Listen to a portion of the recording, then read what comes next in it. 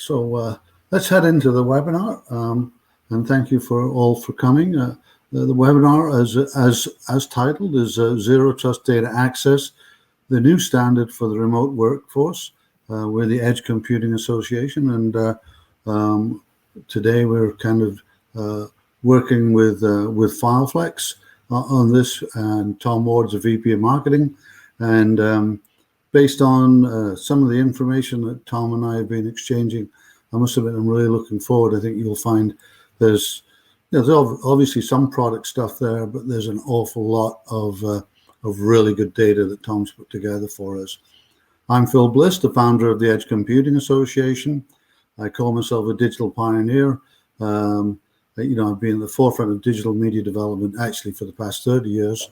And you can see I've hung out with the big names as well as many emerging technologies. So let's move on to Zero Trust and kind of where we're at. The first 6 months of 2019 saw over 2019 saw over 4.1 billion records exposed. That's pretty bad, but there's even more threats going on now. The latest numbers show 16 billion records have been exposed. Actually, more than that. I did this about 3 weeks ago. So far this year, with 8 billion records in Q1 2020, which is just a massive increase. Not surprisingly, because of remote working. So I think most people here have read about Zero Trust with its never trust or always verify approach. And, it's getting incredible, take up in the IT community. Probably because the perimeter-based legacy security is showing weaknesses that really, you see some of the problems there. We just haven't. It's not holding up. This is, I think, Tom. We've done this. I think I can't remember, 3 or 4 times. We've now had over 300 people come to the webinar. So I think if some of you are repeat visitors, great. But I think, we're delighted to see it. And I think from my perspective, I'm not going to kind of take up the time, which is always valuable. I'm going to hand it over to Tom and let him dive into his perspective on Zero Trust. Tom, over to you. Yeah. Hey, Phil, how are you? I can see you now. It's interesting. We've had 300 people. This is the first time we've done a webinar on Bright Talk. You've always hosted your own through Zoom. Yes, that's right. It's a bit new to us. Hopefully, we don't have any glitches. It's a little different. We don't lose anybody. We practiced it. So hopefully we're there. Yeah. I'm going to share my screen here, and this is where things can go wrong. Okay. And just one thing, Tom, before you start. If anyone's got any questions, just throw them in the question box, and we'll probably deal with them live. If we run out of time, we'll certainly send the responses to you. Okay, yeah. So, and Phil will look at those questions. We could deal with them live, or we can do them at the end. We'll see. So what I'm going to do is I'm going to give you an overview to the Zero Trust security data paradigm, and then how that's applied to organizational security, to network access, to application access, and to data access. And then we're going to drill into Zero Trust data access technology as it applies to remote access sharing and remote editing. So, and after I've gone through the Zero Trust stuff of it, I'm going to introduce you to our platform for Zero Trust data access, which we call FileFlex Enterprise. The platform in our company was recognized as a breakthrough solution by Red Herring and was awarded a Global 100 as a Global 100 disruptive technology innovation. So with the arrival of COVID-19, we've seen a dramatic acceleration in the shift to remote working. It was there before, but things have changed. So, for example, before COVID, most companies had maybe 25% of their workforce that worked occasionally from home. Now with COVID-19, they have instantly 90 to 100% of their workforce working from home full time. So that not only bogs down the VPN, but it raises concerns over the security protocols of their VPN, because now it's being accessed by a lot of people directly into the network. So, and it's different from the remote workforce of the last 20 years. We've had mobile computers for 20 years. We've worked remotely. I've worked from hotel rooms. Probably most of you have worked on the road or worked from home. But this new work paradigm, we're calling it the distributed workforce, because now, in addition to remote employees, organizations now use contractors and gig-based outsourcing as we move more and more to a gig-based economy. And it's been enabled by technology inflections such as mobile devices, VPNs, software as a service, cloud storage, remote desktops, email. But the tools that have enabled this distributed workforce has also introduced significant issues with security and privacy. For example, providing remote network access via VPN also provides access to the entire network infrastructure. For example, I'm on the VPN. I can see other devices on the network. And obviously there's layers you can put privilege access management and stuff like that over, but I can see the devices. And maybe I can't access them without a username and password, but I can certainly send packets to them. And if I'm an adversary, I can start probing for weaknesses, right? So it's not appropriate for a gig-based worker. They're not appropriate for some contract workers. And our approach for security has traditionally been based upon perimeter-based defenses. In other words, we base it based defending against threats. And we assume that everybody who's behind the network is okay, and everyone outside the network, we got to check. And we do that through using antivirus software. We have firewalls. We have OS updates to protect against exploits. And we enable our remote workers through the use of the VPN. And a VPN essentially acts like a super long Ethernet cable directly into the network. And so because it gives you direct access to the network, it's also a prime target of exploits. It needs constant maintenance and patching. And what we've learned is that perimeter-based defenses are not 100%. That's the problem today. People are getting through. They're getting hacked. Users get tricks into giving up their credentials through spear phishing attacks. The AV software, the OS, the VPN are vulnerable to zero-day exploits, and they have a time delay until the patches are available and installed, right? So there's always a point where you're vulnerable. There's different vulnerability points. And I could show you many examples. I had several slides, but I'm just going to show you one here. The OS is subject to exploits. You have spear phishing and successful spear phishing exploits, ransomware attacks. I could show you lots of scary slides on that stuff. But this is one I wanted to highlight on you because it just came up a little while ago, and it surprised me. It shows me how even the VPN is vulnerable to an exploit. And that makes sense because it gives access to the network, it's a honey. So this is an example where hackers penetrated over 900, quote, secure servers, secure VPN servers, okay? So our reliance on VPNs, on perimeter-based defenses, it needs to change. And that's why Gardner says within 3 years, 60% of enterprises are going to phase out their VPNs. You go, what? I depend on that VPN today. That's how everybody gets access. What is going on? How can that be true? What's coming on in technology that I don't know about? And the reason for that is VPNs trust blindly. Once a user is authenticated, they effectively gained access to everything on the infrastructure, on the network. And they're vulnerable to exploits, as we just saw.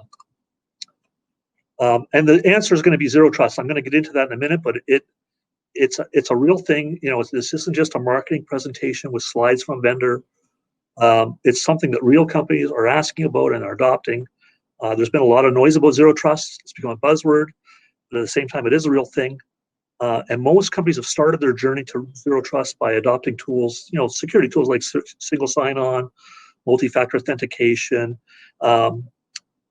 And what we see is from Forrester, they say 66% of North American companies are currently deploying zero trust projects. And in North America, we've seen a whopping 275% increase in the year-over-year growth in the number of organizations that are planning zero trust initiatives. So it's real. What is it? the approach to securing an organization versus your perimeter-based defenses that are threat-centric is being replaced by zero trust. And this is being spearheaded, maybe not originated by them, but it's being spearheaded by the National Institute of Standards and Technology, or NIST. Okay, we call it zero trust. And zero trust is exactly what the name implies. It's an approach that always authenticates and always verifies all transactions all the time in a never trust, always verify model. In the zero trust model, nobody's trusted, even people who are behind the firewall and on your network. So you can think of zero trust like a bank teller. You know, when you go to the bank, you walk up to the bank teller, they don't just let you in the vault and give you the money, let you get your money yourself, which is kind of what we do on the network. No, you've got to go through the bank teller, and the bank teller verifies who you are. It checks, then the bank teller checks that you have authorization to withdraw the money, and then the bank teller gets the money and brings it to you. You can't go get it yourself. So that's what zero trust is like. Think of it as that bank teller, authorizing and verifying everything all the time. And the goal of that is to eliminate unauthorized access to data and services and make enforcement as granular as possible. So zero trust, it's based on 4 pillars. And the first one, I've kind of already been talking about it, is that it's trust-centric. You know, traditional defenses focus on securing the perimeter against threats. But now where is the perimeter today? You know, we're using software as a service, we're using cloud-hosted storage, cloud-hosted infrastructure. You know, it's the perimeter's changed. It's not simply behind the firewall. But this approach depends on use of firewalls, antivirus software, maintenance of VPNs, operating systems, and you know, because we have so much behind the perimeter, outside of the perimeter, and adversaries are constantly finding exploits to the VPN, to the OS. They're tricking users, giving up credentials. So zero trust, as opposed to that, of granting or restricting access to the network, it's focusing on granting or restricting access to data. It's a trust-centric approach versus a threat-centric one. First, you gain trust, then you get access, okay? And second, it's transaction-based. So our traditional defenses essentially allow access to the entire network. They're not bound by time constraints, whereas zero trust verifies every user, every device, every app for every transaction. And again, simply because you're on the network behind the firewall does not mean that you're not an adversary. You could be an adversary. And so zero trust assumes that everyone is a possible adversary, and therefore it's transaction-centric. And then it's very dynamic and granular. So today our defenses are pretty broad-based and static. Large groups of people essentially have the same rights of access. That essentially remains unchanged. And zero trust, on the other hand, it uses very granular-based policies constructed on who the user is, what device they're using, and the content that they're accessing that change and adapt on a transaction-by-transaction basis. So, for example, you know, in data, and we're going to get into this in a minute, but if you go into zero trust data access, well, you don't have access to all the data in the company. You just have access to the data that you have permission for. And the data that you have access to may be different than the access that I have access to, might be different than the access that Phil has access to, for example. It's user by user specific, granular-based policies. And then I can access certain repositories. Maybe I can only view them. I can't download them, or I can't share them. Versus Phil, maybe he's allowed to share it, or maybe he's not allowed to share it, but he's allowed to download it. So you can, or maybe he's not allowed to do anything either. You know, he can only look at it. So you can control access with zero trust, very granular, right down to the file level. It can be on a device level, it can be on a file level, it can be on a folder level, and it can be done on a user by user basis, or on a file by file basis if you wanted to. It's very granular. Okay, it's not broad based like it is today. And finally, it's continually monitored. Today, you know, because we trust users who are behind the firewall, we generally don't continuously track what they're doing, and we try to track it. It doesn't always work very well, and it's pretty cumbersome. But with zero trust, because you already authorize every single transaction for every single user, you can record and log all the activities.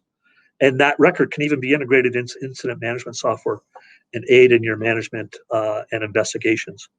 So zero trust promotes the tracking of activities for continuous monitoring. Okay, now if you stay with me so far, you have a pretty good high-level background on what zero trust is. It's very high level. Probably half of you already pretty familiar with it and why you need it. We all know why we need it. But how do you apply that to your organization? How do you get it? How do you start into this journey into zero trust? And the first zero trust security products introduced, we now call zero trust network access solutions, or ZTNA. So zero trust network access products are the bulk of the solutions that are on the market today. They secure the user to network connection. It's an evolution of that software-defined perimeter that some of you may be using already. And the software-defined perimeter essentially denies access by default and then works to open up access incrementally. So zero trust network access solutions are account-based. Like your SaaS or your public clouds, you need a username and password, and then based upon your account, you're specifically permitted access to the network. So that account is specifically permitted by IT. It's not dependent on your IP address. It doesn't depend on you be behind the firewall.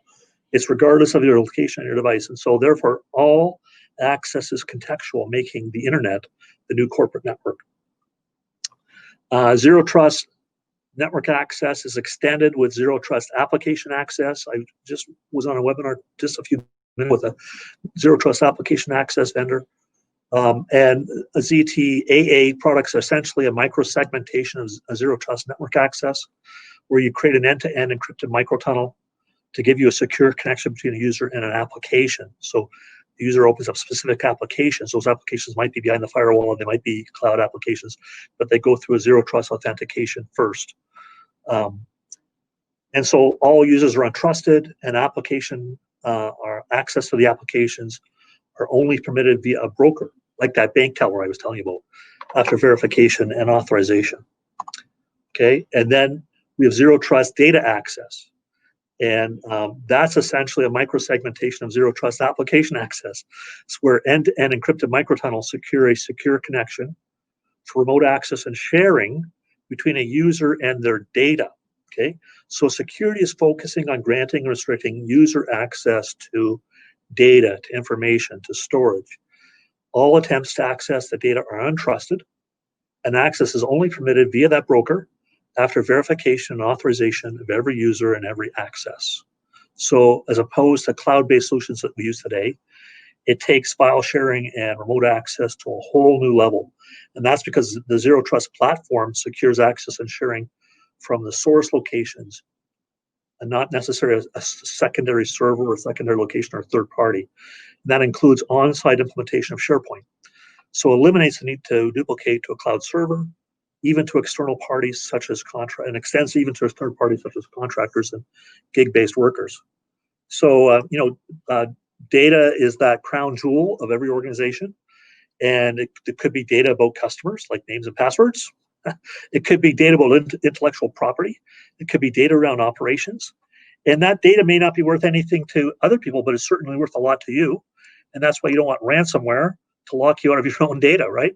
So, and it's the true value of every organization. And so it thus stands to reason that that's the prime target of a malicious attacker, is either to exfiltrate that data or to deny you access to your own data through ransomware. So when you implement a zero trust network access platform or a zero trust application access platform, that's a great start, but ultimately it's not enough. Zero trust data access fills that missing piece to protect the organization's most valuable asset, its data. So that's going to bring me to FileFlex Enterprise. FileFlex is our product. It's the first zero trust data access platform. It's the only zero trust data access platform, and it secures remote access and sharing of all your on-premises, all your cloud hosted, and all your SharePoint storage, because it goes through the zero trust platform. And it augments that traditional perimeter-based security by always authenticating and always verifying all transactions all the time with that never trust, always verify model, where access to data is always secured and controlled through a zero trust platform. We abstract the information from the infrastructure. You get access only to the information that you're permitted or that's shared with you, and it's as granular as a single file, and that protects against unauthorized access to the organization's infrastructure. and it brings IT control. I'm sorry, I wasn't clicking my bullets here.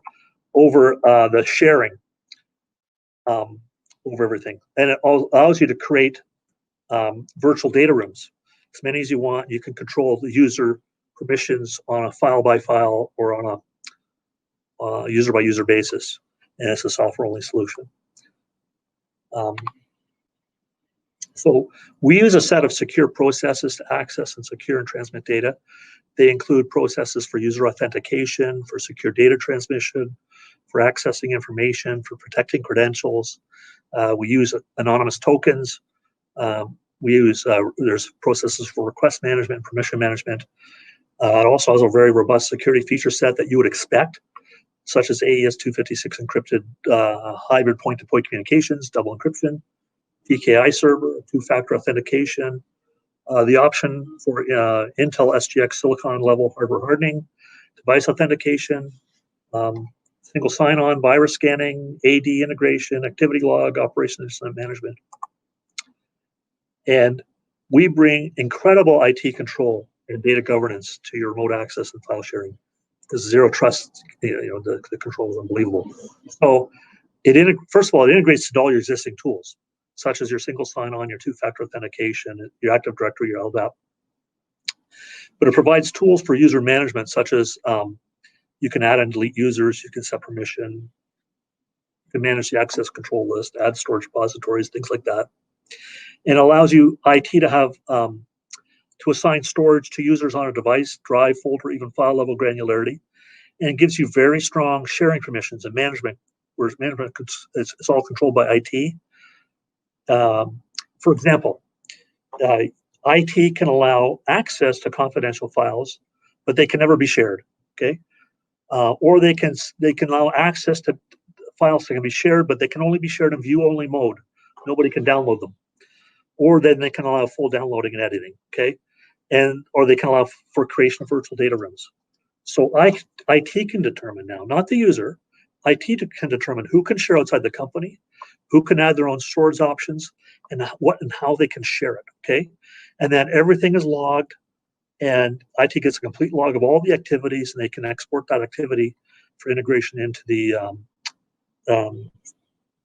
their incident management software. The beauty of building secure microchannel access to storage based on zero trust is now you can use that technology to securely access and share any storage that's on your modern hybrid IT infrastructure.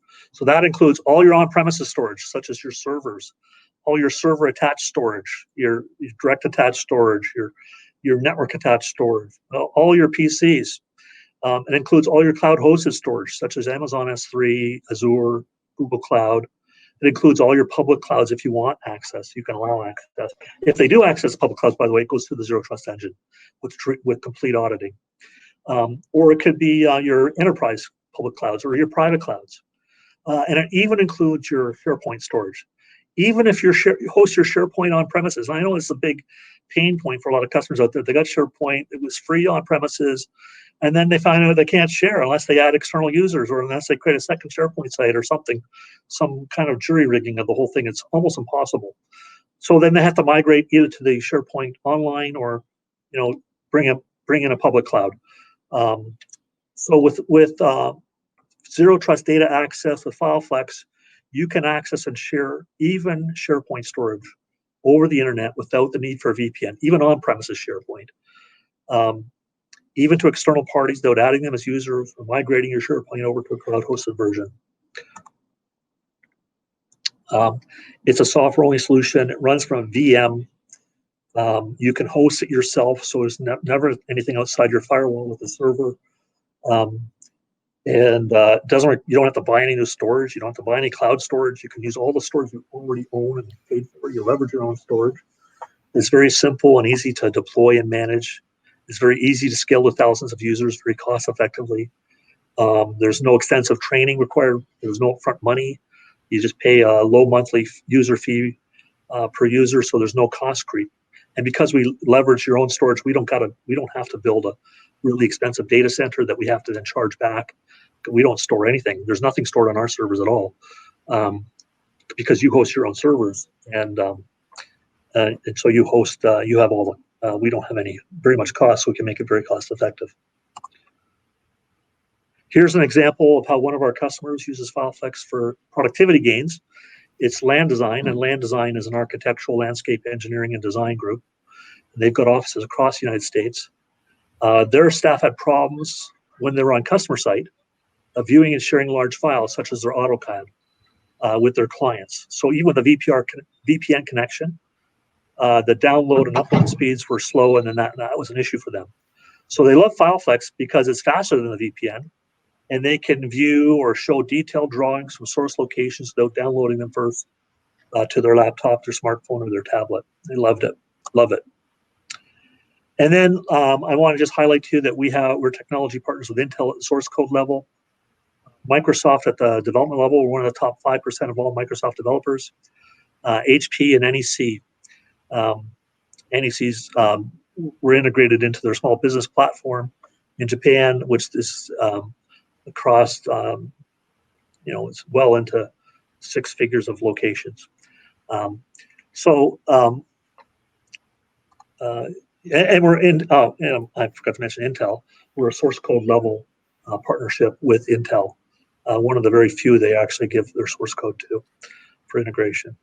So with that, I'm going to say thank you, Phil, for letting me be on your webinar. If you want to learn more about FileFlex, if you want to start a free trial, it's no obligations. We don't ask for anything. You just send me a note in the chat box, or you can send me an email on the tomw@qnex.com. Okay, I'm going to stop sharing here, Phil, and hand it back over to you.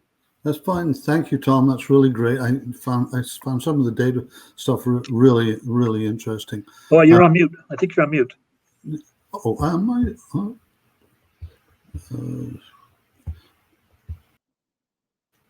Can you hear me now? Can you hear me now?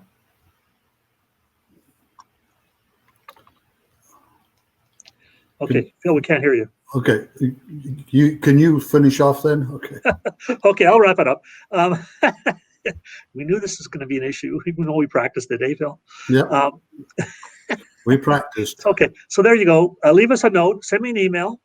I'm going to send everybody on the webinar a copy of the blog article about this, which goes into it in detail. I think Bright Talk sends you a replay if you want to go look at the replay.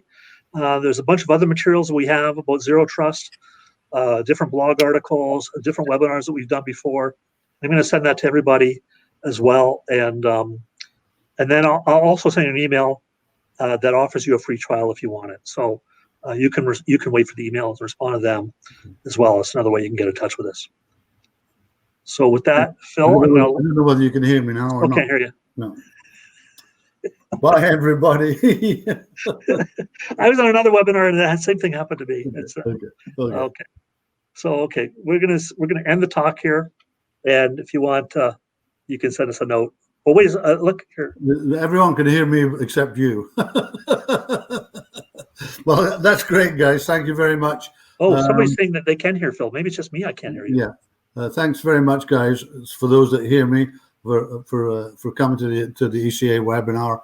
Look out for the next 2 or 3 over the next month. Actually, we've got a few going. Thank you very much.